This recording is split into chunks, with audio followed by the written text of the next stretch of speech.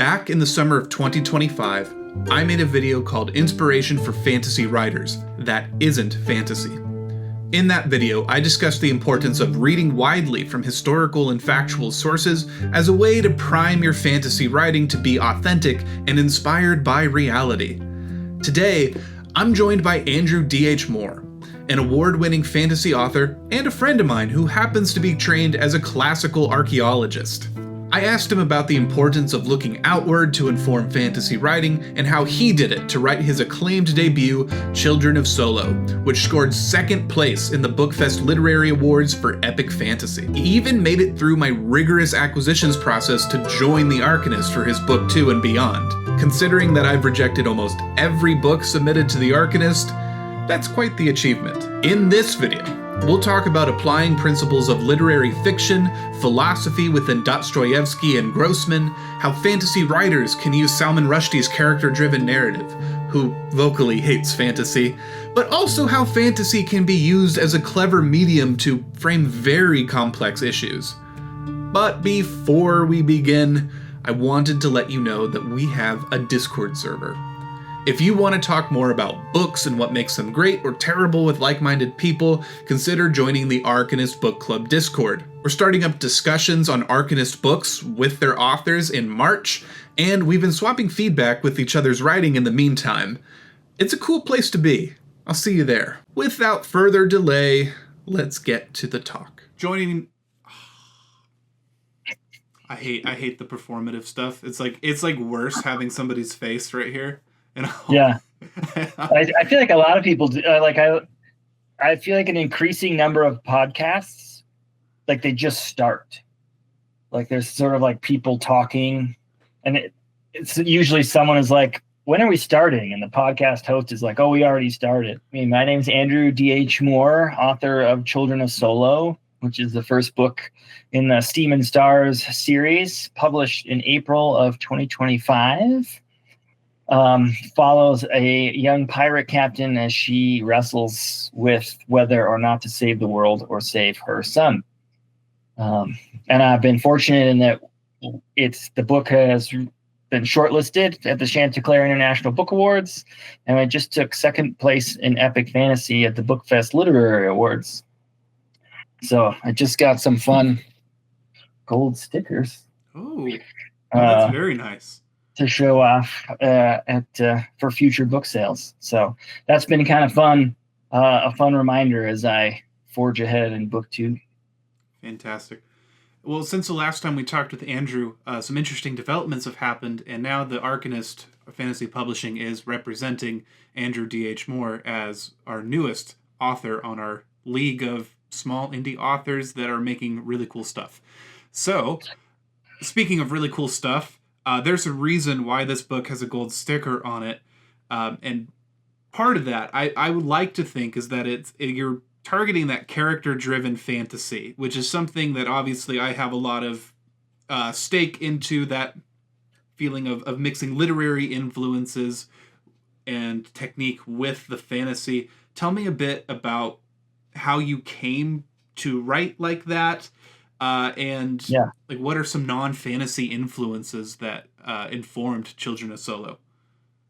Yeah, thanks. So, my background was in classical literature and archaeology. So classical Greco-Roman literature and archaeology. So I read a ton from that period in translation and in the original languages, and also just sort of grew up loving books. But I think the thing that really motivated me to dive into this sort of character-driven fantasy was that I want to say it was in 2013. I had just gotten my master's degree at CU Boulder, and Salman Rushdie came and spoke at the university, and I really loved his books, sort of magical realism that he includes in those stories. And he gave a rousing talk and read some passages, and it was sort of fascinating to hear about his political persecution and things like that. And then he did a Q&A, and one of the questions was about, why he always kind of insists that his books are magical realism and not fantasy, right? And he had some really negative things to say about fantasy, primarily that it was a sort of weak, plot-driven story where the characters were flat and uninteresting, and it was just like this horror of an apocalypse that kind of drove people through fantasy stories.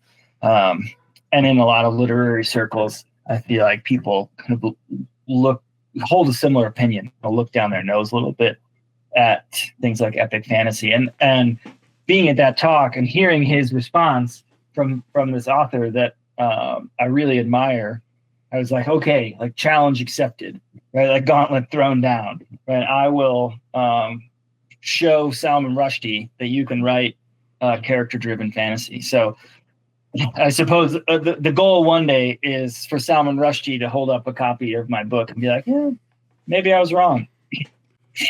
I remember when I was at your book signing, you specifically brought up the brothers Karamazov, right? That's how Karamazov. Yes. Karamazov. That has come up so many times. Yeah. I have to just read it at this point. It was like the day after that, I think it was Lee Patton, and he asked me, he's like, have you ever read that? And I said, no, I haven't read it yet. He's like, you need to read it like right now. You need to drop everything and read that book. Tell me a bit about how that has made its way. I mean, I love a lot of the Russian authors. They tend to be sort of cerebral. Get to spend a lot of time indoors during the long Siberian winters, thinking very critically. But my initial introduction to the brothers Karamazov is most intro to philosophy classes. You will assign a particular chapter from that book, and the chapter is it's a thought experiment during the Spanish Inquisition.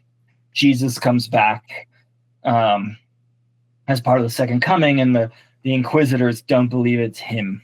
And so there's this chapter where he's arrested and they interrogate him. And that chapter often gets assigned in these introductory philosophy classes. And I really liked that idea, and I loved the writing. And then a couple of years later, I got the chance to read that book for a class, and I fell in love with Dostoevsky's approach, his writing style. I like books that sort of make you think, right? Books where you have to reread passages, not because they're confusing, but because you want to sort of chew on the ideas that they're playing with or talking about. And Dostoevsky was a big one for me in thinking about two things that he thought a lot about. One is, writing in the sort of latter half of the 19th century. His work was in large part in reaction to the Enlightenment, sort of moving into more romantic period in Russia. And whereas the Enlightenment period had been all about like humans are logical beings, right? We strive to do everything in this sort of logical, mechanical, ordered fashion through things like science and reasoning.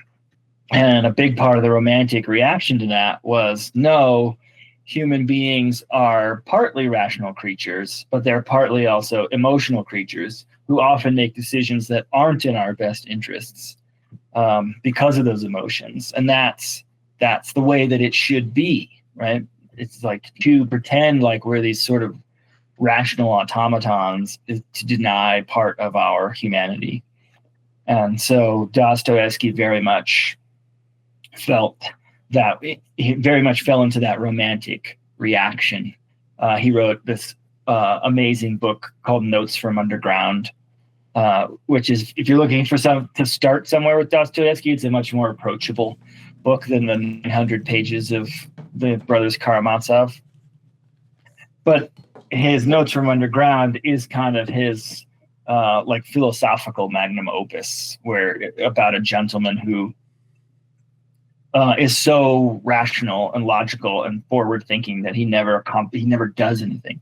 He can't make a decision because he sees all the repercussions, and it just paralyzes him. And as a result, he has this sort of miserable life, sort of being brilliant but being unable to do anything. So the brothers Karamazov kind of runs with that and makes it a little bit more literary. It follows three brothers whose father is murdered. And so there's an investigation around the murder, and each brother sort of represents, there's Dmitri, the soldier, Ivan, the sort of cold, calculating scholar, and then Alyoshka, who is the kind of passionate young priest who drives most of the narrative. So I really like this romantic idea, right, that people often make decisions that aren't in their best interest, based on emotion, based on perceived circumstances or lack of information. In addition to just liking Dostoevsky's sort of literary style, the other thing that he does in the Brothers Karamazov specifically is it has a lot in the book about sort of the plight of children and about children coming of age. And he took headlines from Russian newspapers at the time. This would have been in the 1880s. And he took headlines from those newspapers about children and then incorporated those stories into his fiction. So a lot of the things that happened to the boys in the Brothers Karamazov were real things that he had read about, right? Because he was also in the process of being a father and raising children, and he was concerned about how society would be for his children. And so for me, I like both that idea of sort of fictionalizing the real, and pulling from headlines, pulling from your experience, right? It feeds into this sort of classic piece of advice that is write what you know. But I also like thinking about, ways that fantasy can say things about society that perhaps would be difficult to say in a more direct nonfiction way. Fantasy. And so, yeah. Oh, finish your thought. No, I was just so we can approach these sort of thorny philosophical ideas or societal problems, right? Like, climate change in fantasy has become a huge genre, sort of subgenre recently. So we can kind of approach these tricky things to talk about through the lens of fantasy, and kind of open up these conversations in a way that makes everybody feel a little more comfortable, as opposed to feeling lectured. Fantasy has a lot of opportunity for that because of the secondary world, right? If we're dystopian fiction can sometimes hit a little too close to home if it's very, very, resembling a near future of our world. But fantasy, because it's not a real place, we're talking sometimes about peoples that aren't human. It's so far removed that these familiar topics that are really tough and hard are suddenly extremely accessible. My fiance and I were reading a book together right now called Strange the Dreamer by Lonnie Taylor. Okay. And what I just realized about it about halfway through, so this is a YA, it's aimed at, high schoolers. And so the approach to the prose is very much, it's clean. It is very clean in the way that it's written, but also just in the content. Very much that young person, a little bit sheltered kind of tone to it. But then there's all these really dark, messed up things that have happened. And being adults reading this, we pick up on it in the subtext. These were unspeakable things happening that are not appropriate for children. But we're able to put it in this YA book because of the way it's written, because we have the fantasy world separating it. To jump back to Dostoevsky a little bit, so the Russians seem to have this whole philosophical bloom of literature. My version of that for me through college was Vasily Grossman, who wrote Life and Fate. And it was very similar this was during World War II, where he's taking these anecdotes that people had told him of things that happened to them in concentration camps. And there's all these small side stories throughout that epic of fictionalizing the real. So I'm sure there is a very clear influence there, because he, Dostoevsky was 1880s, then this guy was like 1930s to 40s. Yeah. When he's writing this book. So that's very interesting. There's a lot to unpack with that type of literature, because, I mean, fantasy, we're talking a bit about how, I'm sorry, who was the guy who gave the lecture? I'm not familiar. Oh, Salman Rushdie. Salman Rushdie. Yeah, so, how he made Satanic Verses, I think, was the one that was really famous that sort of got him. The fatwa was issued on his life by the Ayatollah of Iran, and he had to go into hiding for a while. But he's written numerous other wonderful books, but that's sort of the famous one. That it sounded like he was focused on the plot part of the genre, and that's very much true from a commercial standpoint, but fantasy is not a genre, it is a literary device, in that you could tell any story in a fantasy. Any story that could be told in this world can be told in a fantasy world with minor adjustments to the way that you produce the actual text. So taking all these interesting philosophical ideas, these historical influences, and implementing them into fantasy is not, first of all, not the death knell to your book that some people would have you think it is, because there's a lot of people just itching for something more, and then it's also just, what is my point here? I lost my train of thought. It's just coming back to like being intentional, kind of with the writing, and thinking about ways of using fantasy other than just, like, I think escapism, right, which is often the accusation. Yeah, and I think good fantasy is the opposite of escapism. It makes you think about real things that maybe you wouldn't want to think about while you're escaping into a fantasy world. But often that is the fantasy that sticks with me personally. Yeah, I think so too. And I also think that there's nothing wrong with escapism. I feel like that accusation often gets leveled at fantasy and science fiction, as if it somehow makes it less than or less literary. And I think there's nothing wrong with wanting a little bit of escapism. We all have our things that we like to escape into, hobbies or Netflix shows or guilty pleasures. And I think those are important parts of our, mental health as we live in interesting times. But I think that also, like, yes, you can also, I want to write books that engender conversations, right, that make you think. Maybe you read it twice, right? And they have, I think, really good fiction, fantasy has the power to, kind of change people's minds, or make them think about something in a new way, right, that they hadn't thought about before. For me, I think thinking about Dostoevsky, right, that character of Alyosha, the sort of hero, precisely because he's emotional, and he sort of inhabits this realm that's not entirely logical.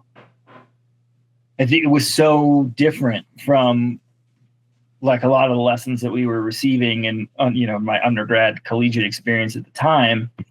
They're like, oh, this is the hero? Like, why is Ivan not the hero, right? Like, Ivan is the scholar. We're reading this in an academic class.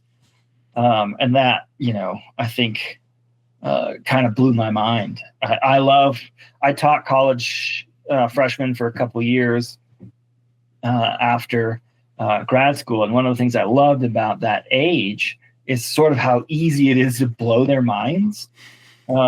Because a lot of college students, they come in and they have one of two sets of opinions.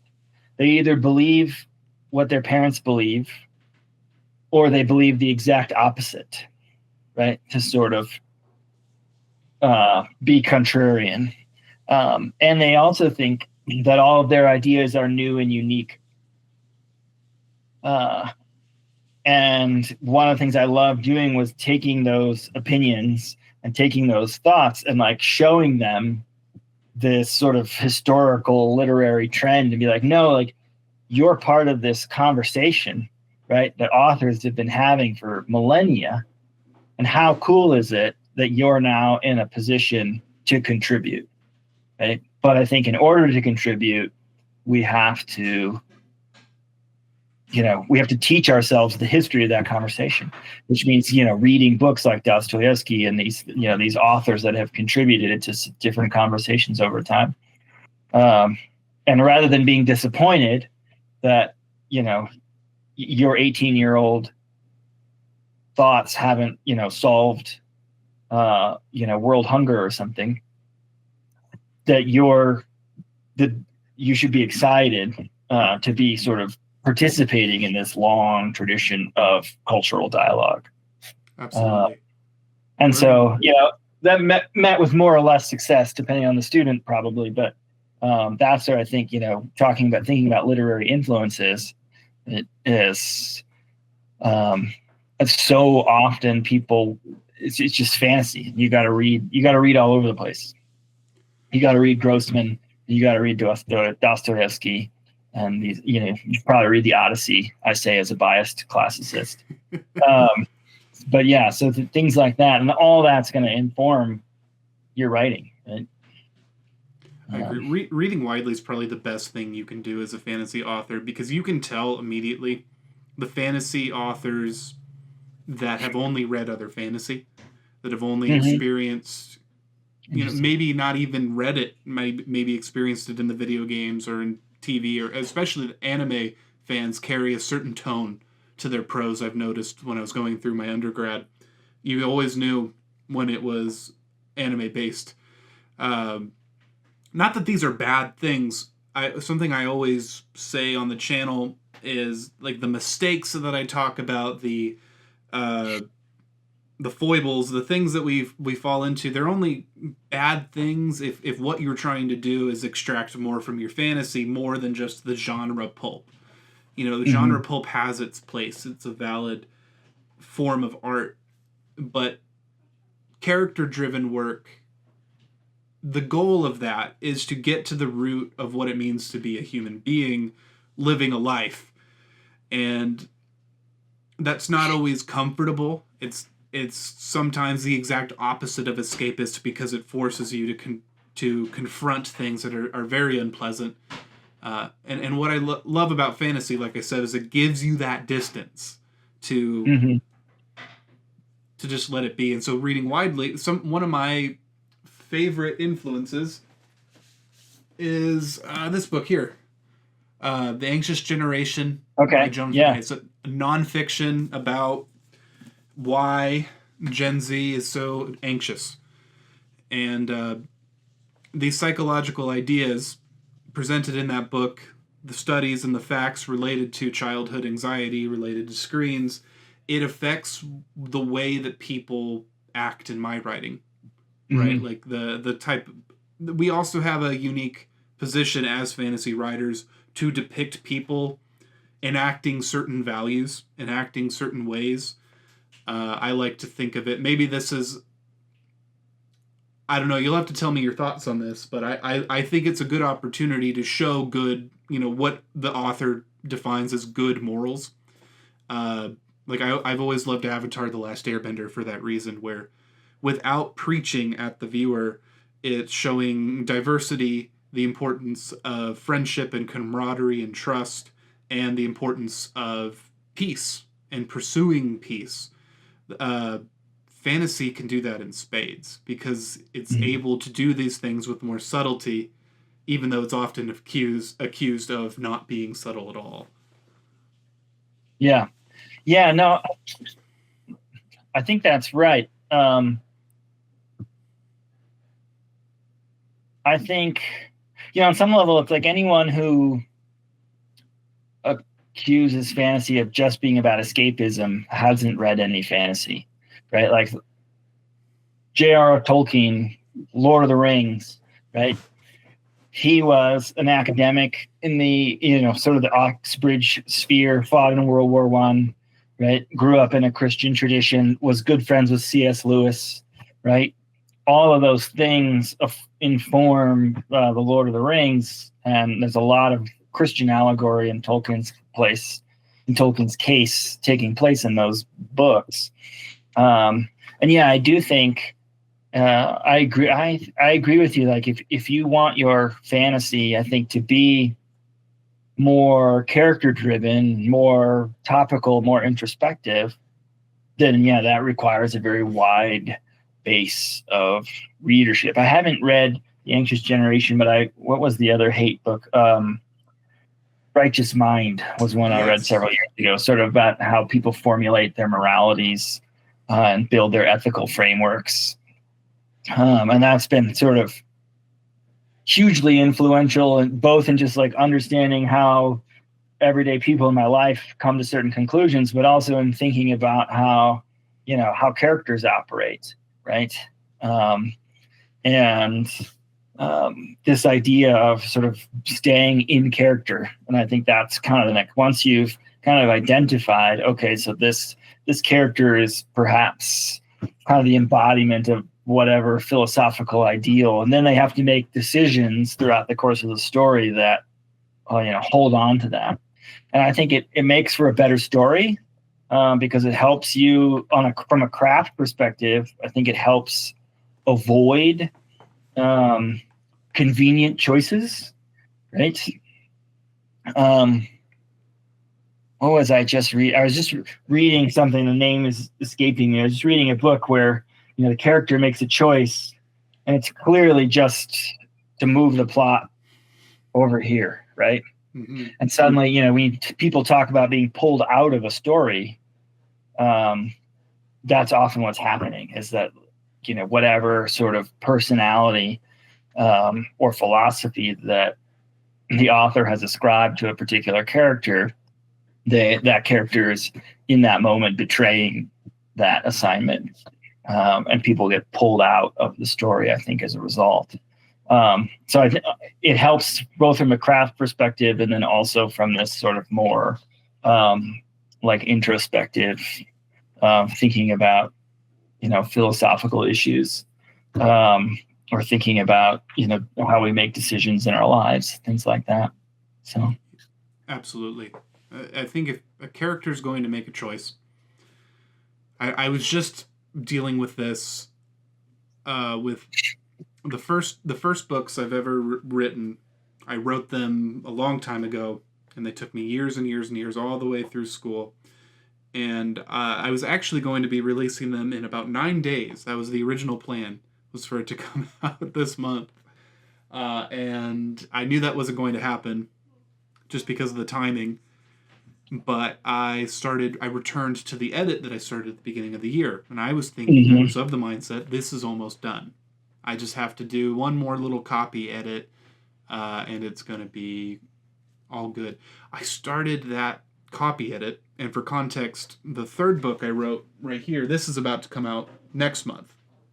So this was written after all that. I had learned my lessons as a writer. And there is a standard that I have set for myself with that piece back there. And I start reading the first book, and it does not even come close. It doesn't live up to it in any sense of the word. One of the ways that that's true, that the writing wasn't on par with what I find acceptable for publication, is that the developmental editor who's working on it is asking questions like, why is this person doing this? There is no clear motivation. I don't understand what they're doing, why they're doing for 2 chapters straight. They're just making decisions because arbitrarily, when I was 23, I wrote that into the book, and it has made it through, rewriting and editing, and those books are actually being rewritten a second time. So that's all to say that if the only reason for a character doing something that you can come up with is, well, I need them to do that because the plot demands. Now we have totally moved over from character driven all the way over to plot driven, and that becomes even more offensive when you have character driven elements that it's either one or the other. in my opinion, if you go halfway, it's going to feel non-committal in a lot of ways. And there's exceptions to every rule, but that is the biggest lesson that I've learned through that process is like, you really need to figure out how your plot and your character decisions, the character's driving the plot. So if something's going to happen, it's because the character has made that decision, even if it is against their actual best interest, right? Because people are irrational, like you said, and make decisions that aren't in their best interest. And paradox is the core to the human condition. It's okay for people to be hypocrites and contradictory in your text. I see that developmental note a lot through everything we work on at the Arcanist. Is like, oh, well, this is inconsistent. I've never met a perfectly consistent person. Have you? No. I mean, as much as we might like to think of ourselves that way, I'm sure I'm not. Yeah, I was trying to think of a good recent literary example where I felt sort of confused, but where people making choices just for the sake of moving the plot forward. But I think that I've tried really hard in Children of Solo, for example, to avoid that, especially in the character of Addie Crestone. So if you're, when you read Children of Solo, I've gotten some feedback where it's like, we really love Addie, but she keeps making these decisions that are just so clearly going to make her situation worse, right? She's in a corner. Yeah, she's in a corner, and in some ways it's like the fox that has to gnaw on its off its own foot to get out of the trap kind of decision making process. But and I think in my mind, she sort of stands at this nexus of different ways, at least two different ways of telling stories. So thinking about books that have influenced the way that I write stories is two of those. One is The Hero's Journey, Joseph Campbell's Hero's Journey, which has been written in the 1950s by the scholar Joseph Campbell, who considered himself a comparative mythologist. So he looked at mythology from all over the world, mostly the Western world, but all over the world, and tried to kind of draw out these similarities. And this was famously successful in the original Star Wars movies, right? George Lucas has talked about how he essentially took Joseph Campbell's arc of the hero and mapped it onto Star Wars, almost scene by scene. And to grand multi-generational success. And that, that arc usually follows the hero is usually the solitary sort of lone figure, usually male, although it doesn't have to be, but who travels the world solving problems kind of on his own, right? Jack Reacher or Geralt of Rivia, or some of these, there's thousands of them, right? Whereas now there's a lot of writing through different authors, like another great steampunk author, Gail Carriger, and others, thinking about the heroine's journey, right? Where actually, in order to succeed, you need help, right? That the strength of the protagonist, the strength of the leader in this case, is not their physical strength or necessarily their physical prowess with the sword or the gun or magic or whatever it is, but it's their ability to be a leader, to bring people together, to identify, oh, this person's good at that, this person's good at that, right? If I can sort of lead these people. And that's, I think, kind of where Addie stands, right? And that's what I think deepens and makes her character more complex, is she's a character who wants to be a hero, but who is in fact on a heroine's journey, right? Gender not having anything to do with it. But it's, and so that's where a lot of the tension in her character, a lot of the tension in her decision-making come in, a lot of tension in the plot all come in because of these external influences, right, through Joseph Campbell and Gail Carriger, both nonfiction and fiction influences kind of combining in that character and thinking about the ways that we tell stories and what it means to be a hero. Hey, thanks for taking the time. Where can people find Children of Solo if they're interested? Yeah, so Children of Solo is available on my website, adhmore.com. It's also available on paperback and ebook on Amazon. It's available now through The Arcanist and their website. You can also order it through Barnes & Noble's and ask for it at your local library. They may not have it, but they have the ability to get it for you. Oh, nice. Mm-hmm. So yes, I've tried to make it as easy to acquire as possible.